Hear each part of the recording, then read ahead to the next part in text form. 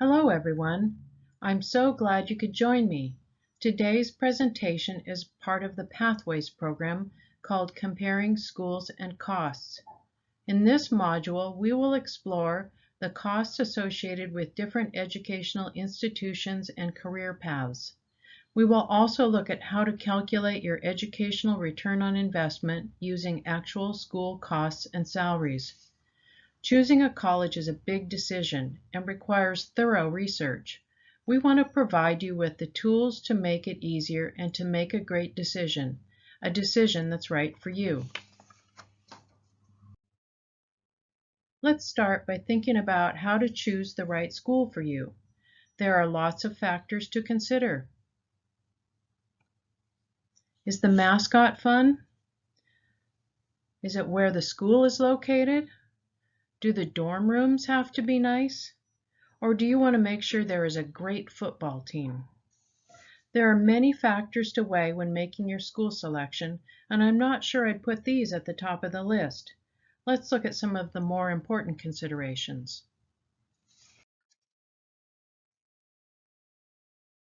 What else should you consider when comparing schools and costs? Big school or small? Big city or small town? There is a long list.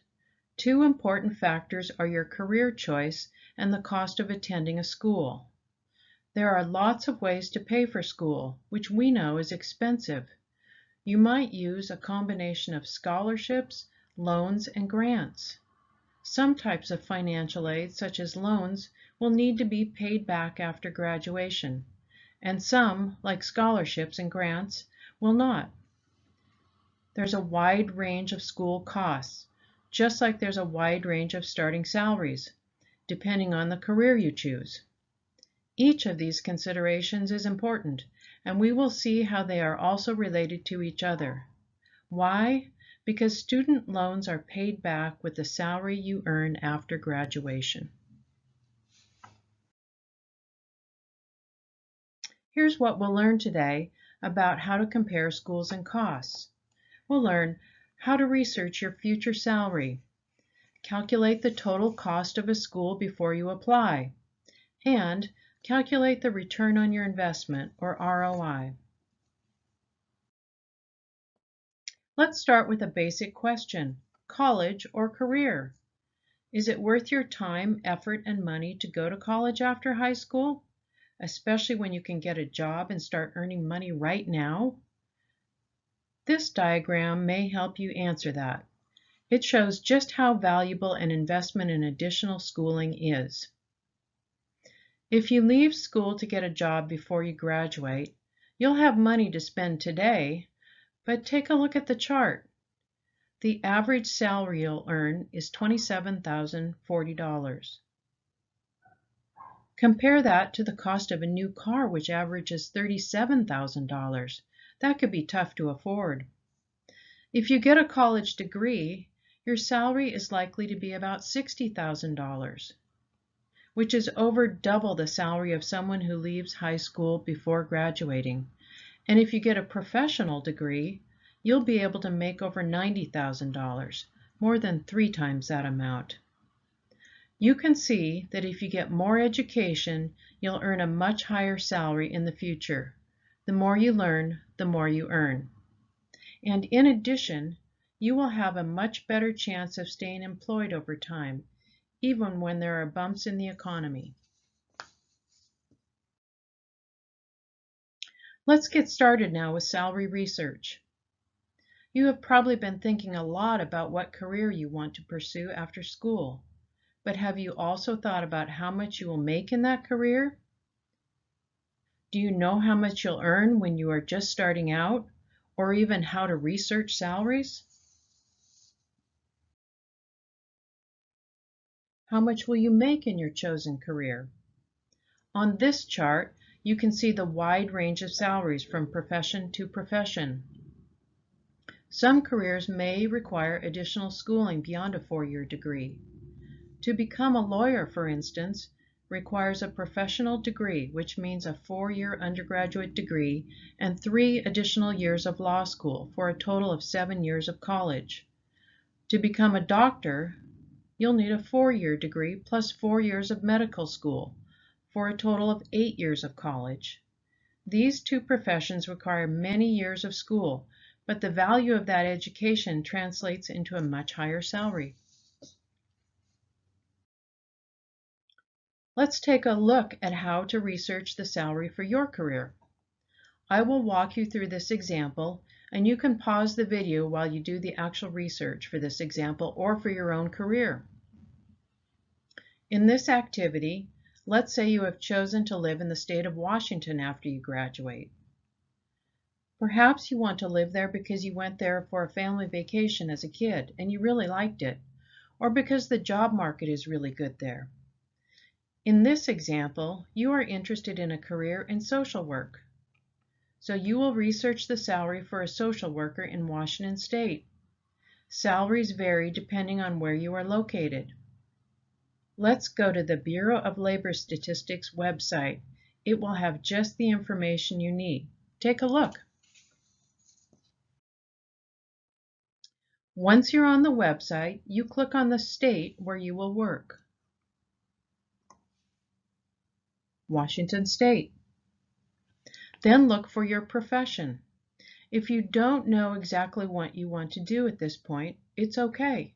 A lot of students and even adults don't know. This is a great opportunity to research a couple of careers you might be considering. Once you've clicked on Washington State, you'll see a list of occupational categories where you select community and social service occupations. That brings up a specific list of occupations, and you can select healthcare and social workers. This takes you to wages. Keep in mind that you want to look for your starting salary, which will be lower at first and grow over time. I would suggest you use the lowest number in the range.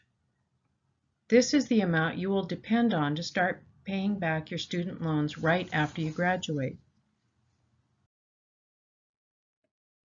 Back to the previous slide, enter $35,000.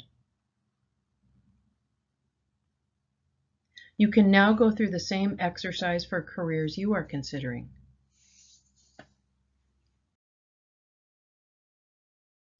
Which of these key considerations are important to you?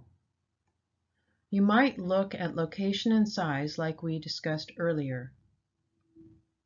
You certainly want to make sure the school you have in mind has a program for your chosen career.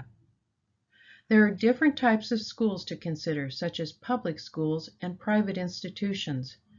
Public schools tend to be large, while many private institutions are mid-sized to small.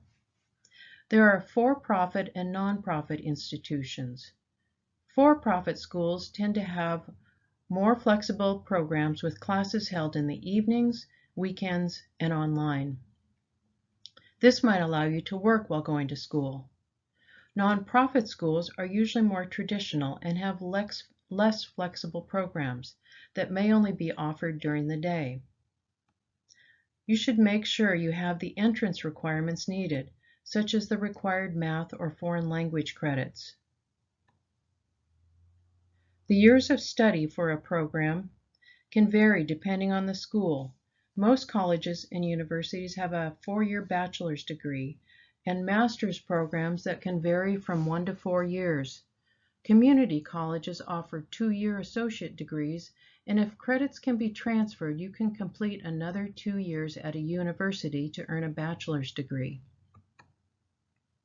Some schools are very selective, so check out what the average grade point and test scores are for students that are accepted. Some schools have a traditional campus with dorms, and others are called commuter colleges where you live off campus and commute to school. Schools that have high graduation rates, services to help you find a job, and a high rate of job placement are factors to consider also. And of course, the reason we are here today, you want to look at an option that is affordable for you. If you think about buying a pair of jeans, for instance, how much would you pay? $20 for consignment?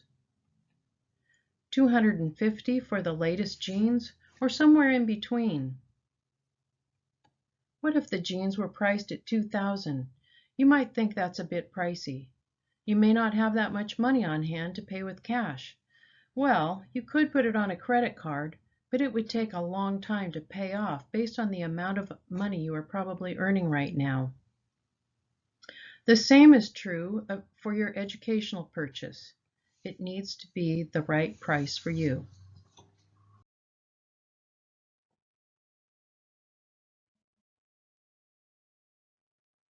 Here's the website, and you type in the school you want to research. You're shown the graduation rate. Here it is, 54%. That's not very high. You decide not to take it off your list of possibilities, but you'll have to keep that in mind when you compare it to other schools. You might want to make a list of factors that are important to you and keep track of them to make it easy to compare schools. Going back to the example, enter 54%. Now you can take some time to check out some schools and factors that are important to you. Next, let's find out the total cost of school. College tuition rates can be confusing, and before you apply, it's important to understand the real price tag. When you see the price for a year of school, you are usually looking at what is called the sticker price. You will need to look beyond this to understand what school will really cost you. Besides tuition, there are other costs, such as food and housing. These costs will vary depending on the school and its location. If you choose to live off campus, the cost of housing in a big city will be higher, for instance, than housing in a small town. Most importantly, you need to research financial aid, which will help you pay for school by lowering the price. Looking at the top of the slide, you can see the sticker price. Financial aid can reduce this price if you qualify for scholarships and grants, which you are not required to pay back. When you subtract these from the sticker price, you get what is called the net price. Let's walk through the cost at Portland State. For many public institutions across the country, the tuition will depend on whether you are a resident of the state. In-state tuition will be much lower than out-of-state tuition. If you currently live in Oregon, it means that tuition for Portland State is only a third of the cost of a non-resident. That's a great deal, so let's follow that through. You have other expenses to add, such as books, housing, and food, which are estimated here. The total sticker price is $26,085. Now you want to look at financial aid. Are there grants or scholarships that are available to you? These might come from the school itself based on merit if you have a high grade point average, or if you have financial need, which will be based on your family's income. Aid can also come from private foundations that often provide scholarships for something very specific, like a degree in math or music. The amount you receive will be based on your eligibility and the school. Subtract this amount, and you end up with a net price of $13,573. It actually cut the price in about half. That's great. So the important thing to remember is, don't rule out a school based on its sticker price. Base your decision on net price. A school with a higher sticker price may have a low net price. Net price calculators are available for all schools and make it easy to estimate your cost of attendance before applying. Let's walk through an example. If you've chosen Portland State, you can go to the College Simply website. Enter the school you are interested in, and the sticker price comes up. Then select Explore Costs. You will see the net price.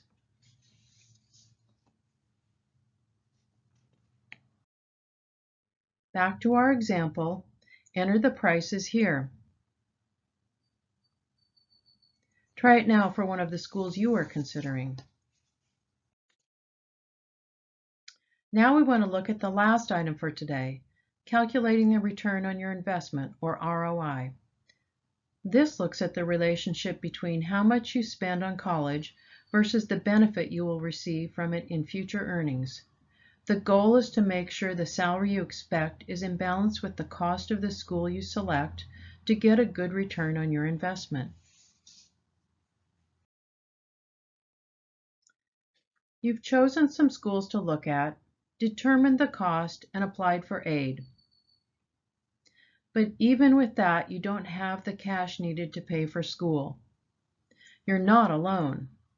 Did you know that even after that, nearly 2/3 of students borrow funds in the form of a student loan to pay for school? Debt can be a great way to pursue your dream career. But too much debt can be a huge financial burden that takes years to pay off.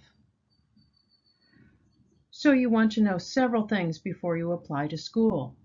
The net price, which you researched earlier, whether you need a loan and the loan amount, and finally, how large your payments will be once you graduate. Here's a simple rule of thumb that can make this easier. It's called the return on investment rule of thumb, which states, your first year salary should be greater than the total debt you have when you leave school. And remember, first year salary will be lower than the average salary for your chosen career because you are just starting out. Here's an example. Let's say you've chosen Portland State, and you've already done the research on the net price for 1 year of school, which was $13,573. You'll multiply that times 4, the number of years of school you'll need to earn a bachelor's degree. This is the amount of money you still need to come up with to pay for your education, and that amount is $54,292. If you have no other way to pay for school, this would be the amount of your loan. Now enter your starting salary as a social worker. Then apply the rule of thumb. The test failed. Your first year salary is less than your total debt. Subtracting $35,000 from $54,292 is a shortfall of $19,292. You either need a higher salary or a lower amount of debt. You know the salary is based on actual numbers that you've already researched, and that's not going to change much. So you'll have to lower the size of your loan to pass the test. It looks like you will need a student loan. So if you borrow, remember student loans must be repaid once you graduate. Typically, student loans are paid monthly over a period of 10 years. You need to have some room in your budget to make the monthly payments. To check this, you'll need to figure out the size of your loan and then calculate the payment. No matter what the size of your loan, borrowing less is always better. Can you think of why that might be true? Since the loan comes out of your monthly budget, just like rent or groceries, the larger the payments, the less you have to spend on other things like going out. If you know it's best to keep your loan amount low, then let's explore options on how to do that.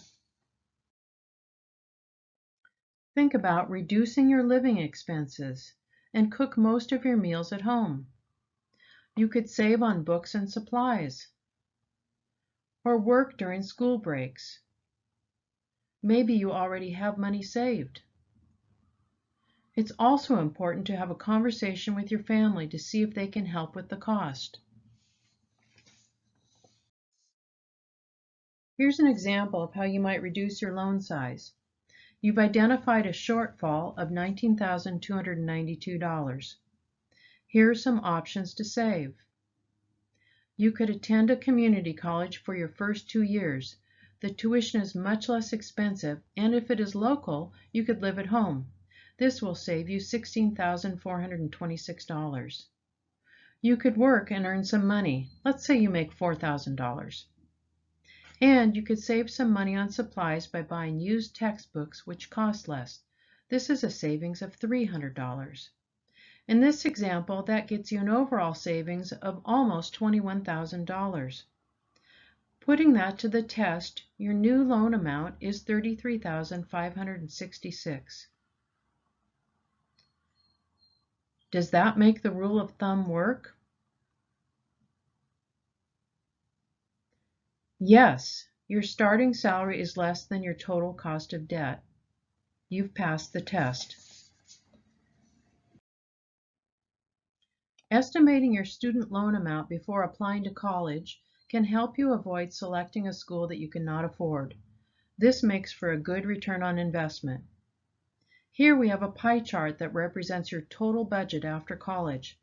It's split into categories like housing, taxes, and your student loan payment.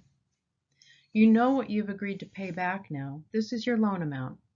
In the example we just looked at, it was $33,566. You will pay it back monthly with your starting salary. But can you afford the payment with all the other things you will be spending money on, such as rent? Your monthly debt payment generally should be no more than 10 to 15% of your budget, and lower is always better. Here are the steps to figure out your loan payment amount. Enter the loan amount from the previous activity. Enter the interest rate for your loan, or the expected interest rate. I've shown a rate here of 6.8% in this example. Enter the number of years to repay the loan. I've already put in 10 years. This is the typical length of time. Hit the Calculate button, and you've got your loan amount.